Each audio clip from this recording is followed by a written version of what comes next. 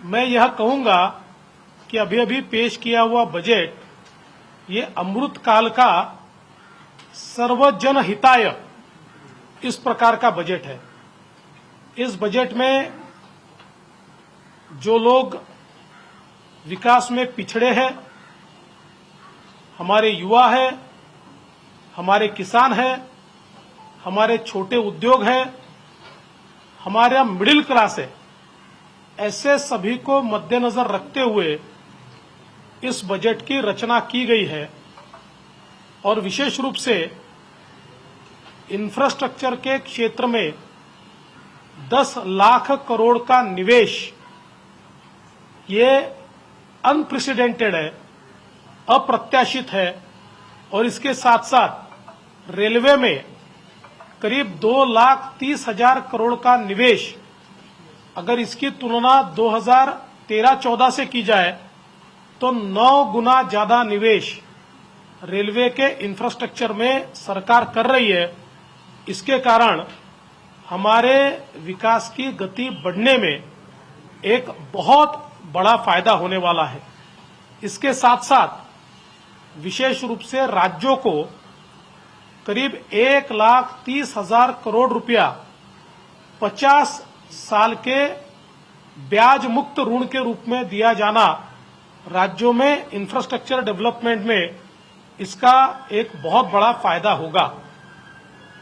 विशेष रूप से खेती किसानी के मामले में खेती किसानी को मात्र सब्सिडी तक सीमित न रखते हुए उसमें बड़े पैमाने पर डिजिटल इंफ्रास्ट्रक्चर तैयार करना, उसमें टेक्नोलॉजी का इन्फ्यूजन करना और उसको मार्केट के साथ जोड़ना, ये जो चीजें इसमें की गई है।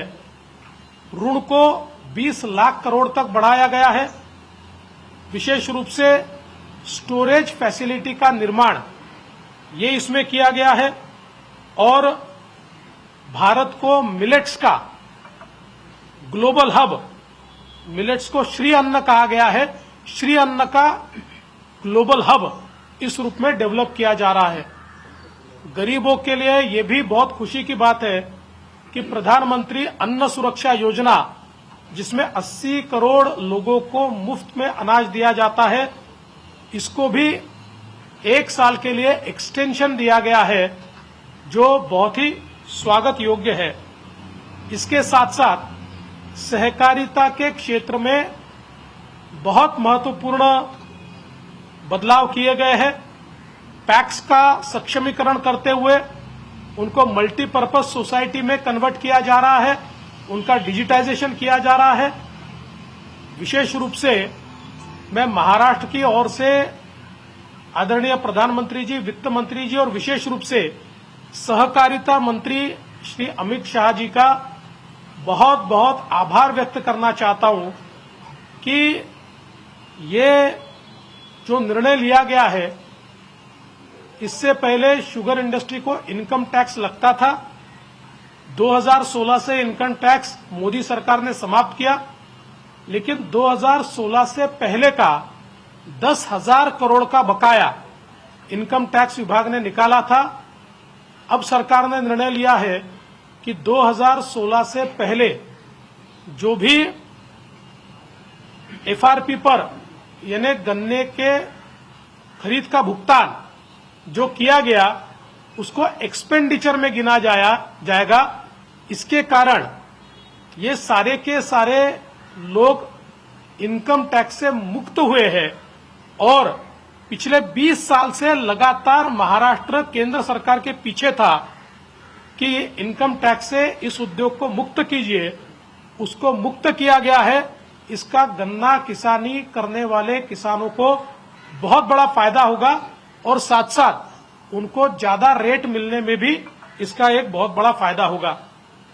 साथ साथ जो आदिवासियों में प्रिमिटिव ट्राइब्स है, उसके लिए जो योजनाएं तैयार की गई है, या फिर युवाओं के लिए स्किलिंग के तहत इंडस्ट्री 4.0 में जो योजनाएं तैयार की गई है, ये सारी योजनाएं विशेष रूप से रोजगार निर्मित करने वाली, युवाओं को एम्प्लॉयमेंट देने वाली इस प्रकार की योजनाएं हमको दिखाई पड़ती है। एनर्जी ट्रांजिशन के एक सेक्टर में विशेषतः ग्रीन एनर्जी की तरफ जिस तेजी से भारत बढ़ रहा है, मुझे लगता है दुनिया में इतना फास्ट ट्रांजिशन किसी और देश ने आज तक अपने विचारों में नहीं लाया और उसमें भी बहुत बड़ा निवेश किया है। और उसी का एक भाग इस रूप में जलवायु परिवर्तन को रोकने के लिए 1 करोड़ किसानों को नेचुरल फार्मिंग पर लाना, ये भी मैं ऐसा मानता हूं एक बहुत बड़ी पहल ये सरकार की ओर से की जाने वाली है।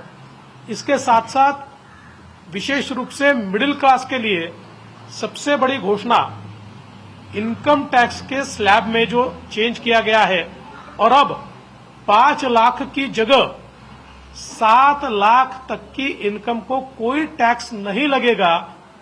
ये घोषणा निश्चित ही हमारे मध्यम वर्ग को सुख देने वाली है।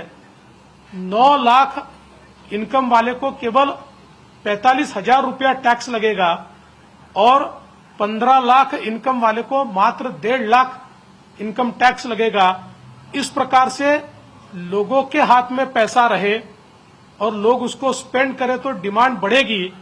ये सूत्र को हाथ में रखते हुए या सामने रखते हुए जो निर्णय लिया गया है, इसका निश्चित ही हमारे सामान्य जन को और मध्यम वर्ग को बहुत ज्यादा फायदा होगा।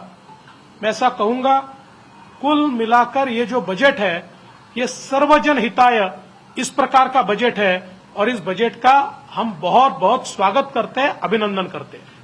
माझी मुंबई माझं घर Kings my home science Sonapatti इथे सुरू आहे। सर्वसामान्यांच्या खिशाला परवडणारी घरे आजच बुक करा। आज नाही तर कधीच नाही। 41 लाखांपासून 64 लाखांपर्यंत सर्व करासहित।